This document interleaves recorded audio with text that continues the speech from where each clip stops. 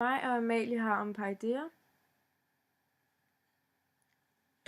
Og paideia er virkelig fedt. Og her kommer et billede af Grækenland paideia, og vi synes, det var meget fedt.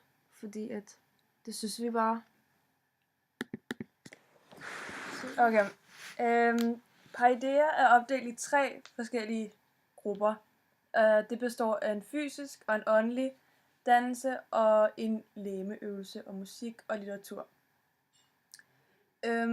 Og de er et nøglebegreb for forståelsen af antikkens kultur og er et centralt værdibegreb.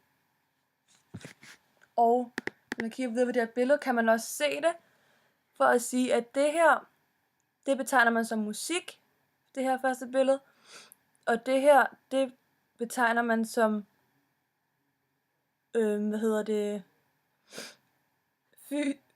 fysisk, og det sidste, det betegner så den åndelige dannelse. Og hvis I kan se, så ligner det faktisk, at han står med en bærbar her. Det er sgu meget sjovt. Men vi tror faktisk, det er en slags fløjte, han har og spiller på. Er det rigtigt? Jo. Og så har vi om undervisningen.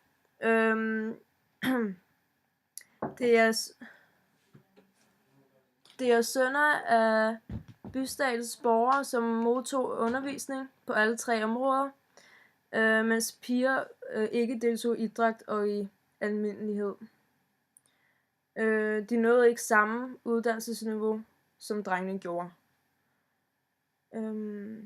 Ja. Så det er forskellen på drenge og piger.